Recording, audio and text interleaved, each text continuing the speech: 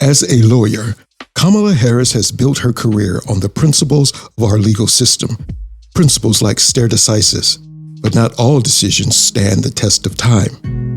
Take Plessy versus Ferguson in 1896, when the Supreme Court ruled that one drop of black blood defined a person's entire identity, shaping the very essence of who they could be in America. But that wasn't the only time the court tried to define race. Cases like Ozawa versus United States, where a Japanese man was denied whiteness despite his pale skin, and United States versus Tend, where the court rejected an Indian man's claim to be Caucasian, show how race has been shaped and reshaped by legal logic. The U.S. Census, changing its racial categories almost every decade, shifting with the times. In this episode of Hidden Verdicts, we draw a parallel between Kamala Harris and Homer Plessy. In 1896, Homer was labeled as black because of one fraction of his ancestry, despite being 7/8 white. Today, Kamala Harris carries the same complexity: Indian, black, and yes, even white. But unlike in Homer's time, Kamala Harris chooses how she's identified. This episode examines how the courts and laws have shaped our understanding of race, how identities have been defined, confined, and sometimes liberated. We're here to explore the legal history, not to endorse any political candidate. This message is brought to you by Hidden Verdicts, making America think again. And to be clear, we endorse understanding the law, not candidates.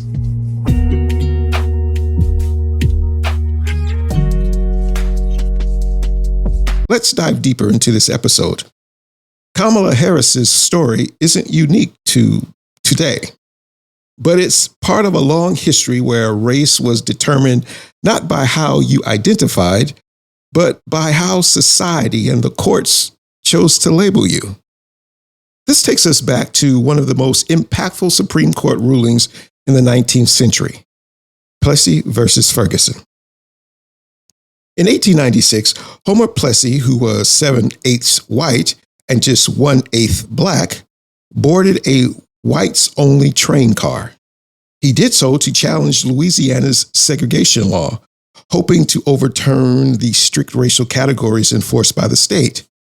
But the Supreme Court saw things differently. The one-drop rule, that archaic legal logic, meant that despite his light skin and mostly white heritage, Homer was classified as black. This ruling would go on to uphold segregation for decades under the infamous separate but equal doctrine. Let's break this down with something simple. Imagine you have 8 lemons. 7 of them are perfectly ripe, shiny, and bright yellow. But one of them, it's a little different. Maybe it's a bit green, a little tart, maybe even, dare I say, a lime? No problem, right? You've still got 7 good lemons. So by any reasonable logic, you'd say you have a bunch of lemons with one that's a little off, but not so fast. In the Supreme Court's world of racial math, that one little lime in the basket makes every single lemon a lime. Absurd, right? Now, let's take that idea to something a little more personal. Imagine a family tree. Your great-great-great-grandfather was black. His son married a white woman. Their child married another white person, and so on, down the generations. By the time we get to you, 7 or 8 ancestors are white. But just like that one lime, that one drop of black blood means, you guessed it, you're black. Doesn't matter that you haven't seen a drop of melanin in the family for 5 generations. According to the Supreme Court, black is black. Let's really think about what a drop of blood is.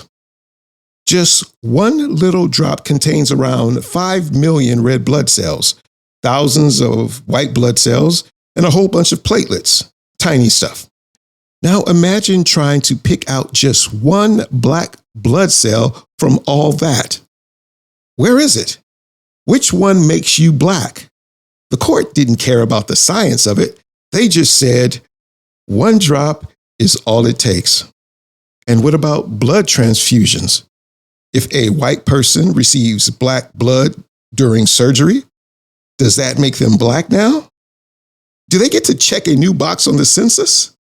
No one ever answered that, did they? The math doesn't really add up.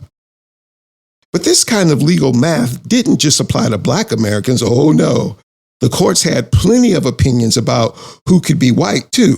Mr. Ozawa, a Japanese immigrant who applied for U.S. citizenship in the 1920s. Ozawa argued that he was as white as they come. His skin was light, and he fully embraced American culture. But when he tried to claim whiteness in court, the Supreme Court said no. His skin may have been pale, but according to the court's logic, he wasn't Caucasian, so he couldn't be considered white. Then there was Bhagat Singh Ting, an Indian man who argued that, technically speaking, he was Caucasian because he was of Indo-Aryan descent. The Supreme Court wasn't buying that one either. They basically said, you might be Aryan, but you don't look like what we think of as white, so no dice. The definition of whiteness was as fluid as ever, shifting depending on who was trying to claim it. Now, let's take a look at Kamala Harris. On the surface, she identifies as black, and it works for her politically. But if we apply the same rigid math the Supreme Court once used, things get a bit more complicated. Technically, Kamala's father was born in Jamaica, and in the historical sense, Jamaicans aren't black in the American racial system. They're Jamaicans. Race in the U.S. has always been an American construct. So if we're talking about black blood by the standards of Plessy or those old naturalization cases, Kamala doesn't actually have any black blood in the legal sense. Her father is Jamaican and her mother is Indian. Technically, there's an argument to be made that Kamala Harris could be seen as neither black nor white. Here's where it gets even crazier. Under today's understanding of race, Kamala could claim whiteness too. Let's take this a step further. If race is a moving target, why couldn't Kamala Harris claim to be white? If we apply the kind of logic used in the 10 case, where the court had to decide what looked white enough, Kamala could make a case. I mean, after all, there's no strict rule about what it means to be white anymore. In fact, many immigrants from Europe who weren't considered white 100 years ago, like the Irish or Italians, would be seen as fully white today. So if Kamala wanted to stretch the boundaries a little, she could argue her case for whiteness. The fact that racial definitions have changed so much over time shows just how absurd these classifications really are. They've been used as tools of control and exclusion, shifting to whatever political needs were in play. And today, Kamala can claim both Indian and black identities, but under the right circumstances, she could also have a case for being seen as white. And if you need more proof that race is a constantly shifting idea, look no further than the U.S. Census. Every 10 years, the government takes stock of who lives in America, and every 10 years, they adjust how they count us. The racial categories on the census have changed time and time again, reflecting whatever version of race the country was comfortable with at the time. At one point, you could be counted as mulatto, quadroon, or even octoroon, all legal terms that defined you by how many fractions of black blood you had.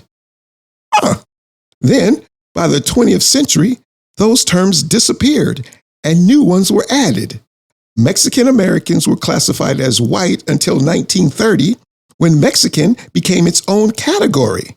And it wasn't until 2000 that you could even check more than one racial box acknowledging that. Before we wrap up, let me ask you this. If a person is 7/8 white and 1/8 black, what race are they? Legally, they're black. Socially, they might be seen as something else. But what if the reverse is true? What if someone is 7/8 black and 1/8 white? Does that make them black or something else entirely? Now, let's think about this by any standard of modern math. Do these equations make sense? If 7/8 of a person's ancestry is white and only 1/8 is black, does it add up to make them fully black? And what about the reverse? In today's world of logic and reason, do these fractions actually equal what the courts of the past said they did? Who gets to decide? Is it the courts, society, or the individual? And does that answer change over time? Race, as we've seen, is both a question and an answer that changes depending on who's asking.